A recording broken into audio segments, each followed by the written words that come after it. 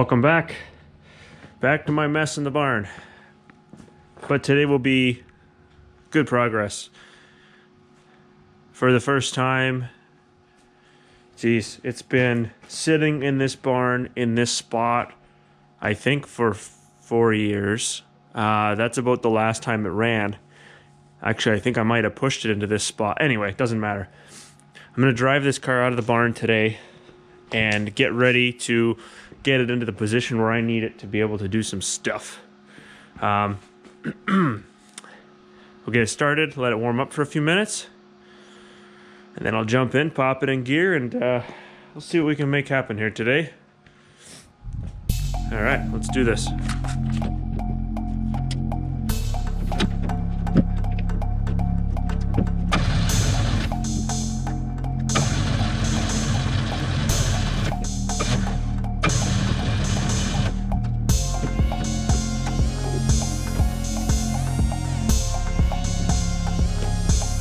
Ran out of gas.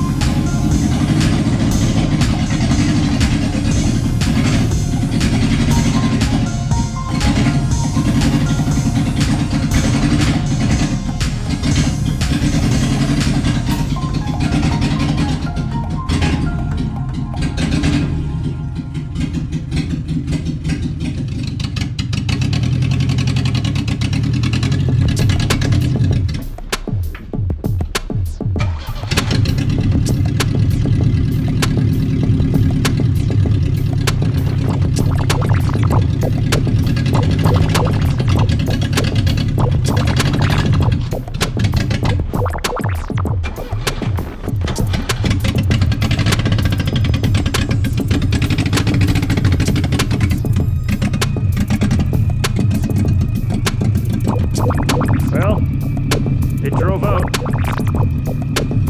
It's so stinky, but there's no exhaust at all on it. The exhaust is in the car.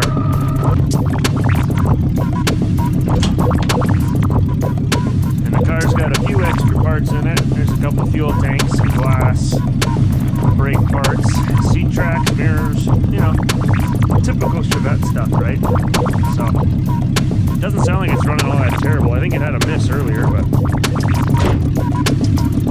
it's running, so.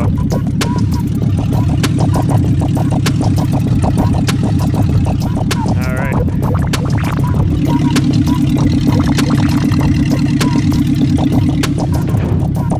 Good enough.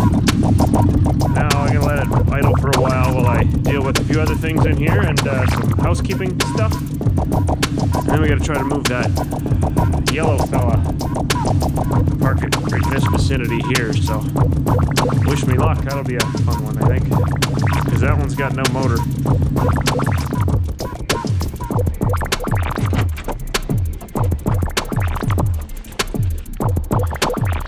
So right from the beginning, the Interceptor's been really difficult to push around because the brakes are hung up. And until this exact moment, it hasn't bothered me. But it's a quick and easy fix. As long as you don't mind swinging a hammer at the car, no harm, no foul. So there we go. Get her a little ways off the ground. Then we're going to pull off the wheel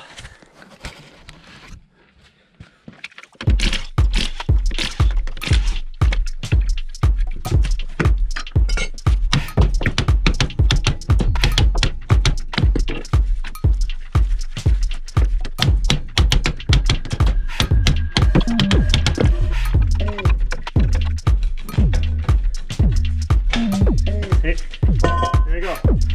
The funny thing about brakes is they can't hang up if they're not installed. Now this should help a lot.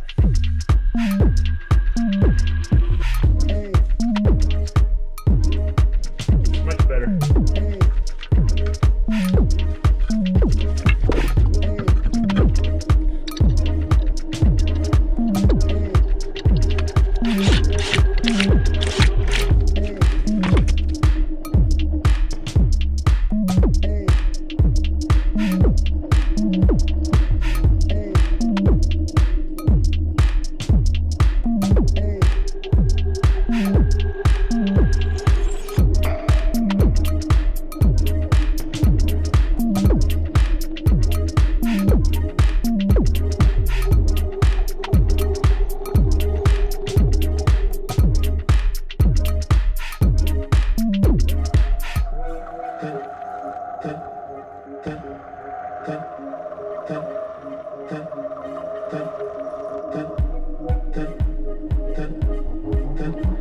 It took a little bit of finagling, but now that those brakes are out, it rolls like a dream.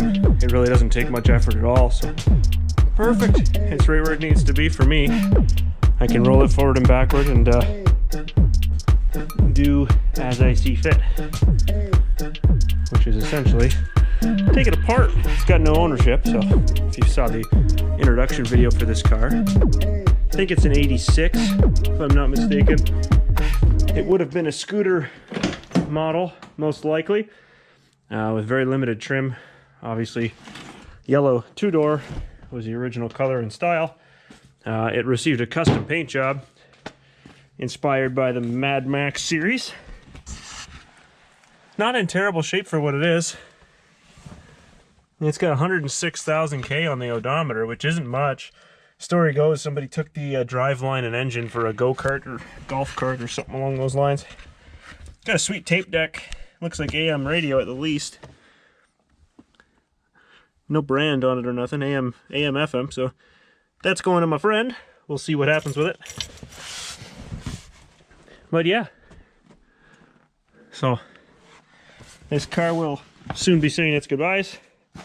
But I'm going to be taking almost every usable bit of steel off of this car for my benefit. I need doors on my red Pontiac, and these doors are in great shape, minus the paint colors. They shouldn't pose too much of a threat for me.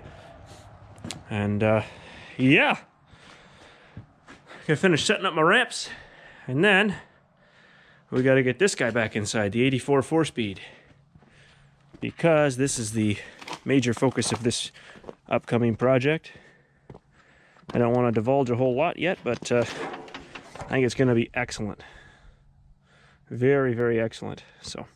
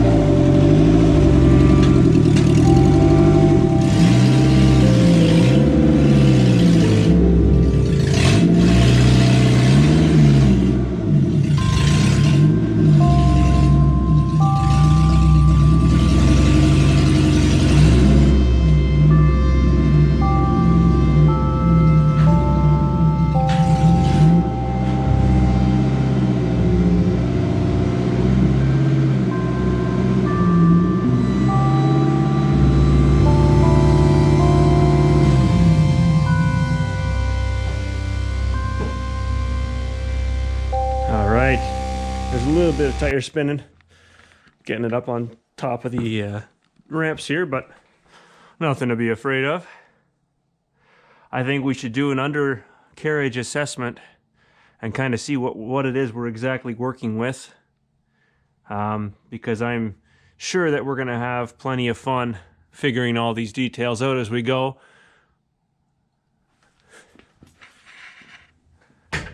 But it looks, for the most part, really accessible for me to work up here now, so I'm very pleased about that. And once I remove the approach ramps, then I've got a lot more physical working space in here. But I can still park the deer, the snowblower, back inside the barn. And I should be able to almost shut this door now to block a lot of this wind off and make this place almost usable for me. Well, I've continued a little bit more work off camera here, and I've got the enforcer elevated. So that means some future work will commence in stripping this guy down, and at least it can be done safely. I got quite a bit of clearance underneath there, and it also appears that this car actually has some reasonable spots under the floor that might not be able to be moved or salvaged, but they can at least be used to copy what should have been on the other car. I also spent some time under this car poking and looking around, and the bones of the car overall aren't that bad. I hadn't really recalled what it looked like underneath, but it's not totally gone. It's gonna need some work for sure, but it's not. It ain't over yet. So I think I'm gonna leave this video off here. This is quite I think I was just finishing off by saying I'm gonna end this video here. I've made a lot of progress in my eyes here, and I've got suitable space to at least move around now. So we will catch you guys next round, and thanks for checking this one out. Cheers.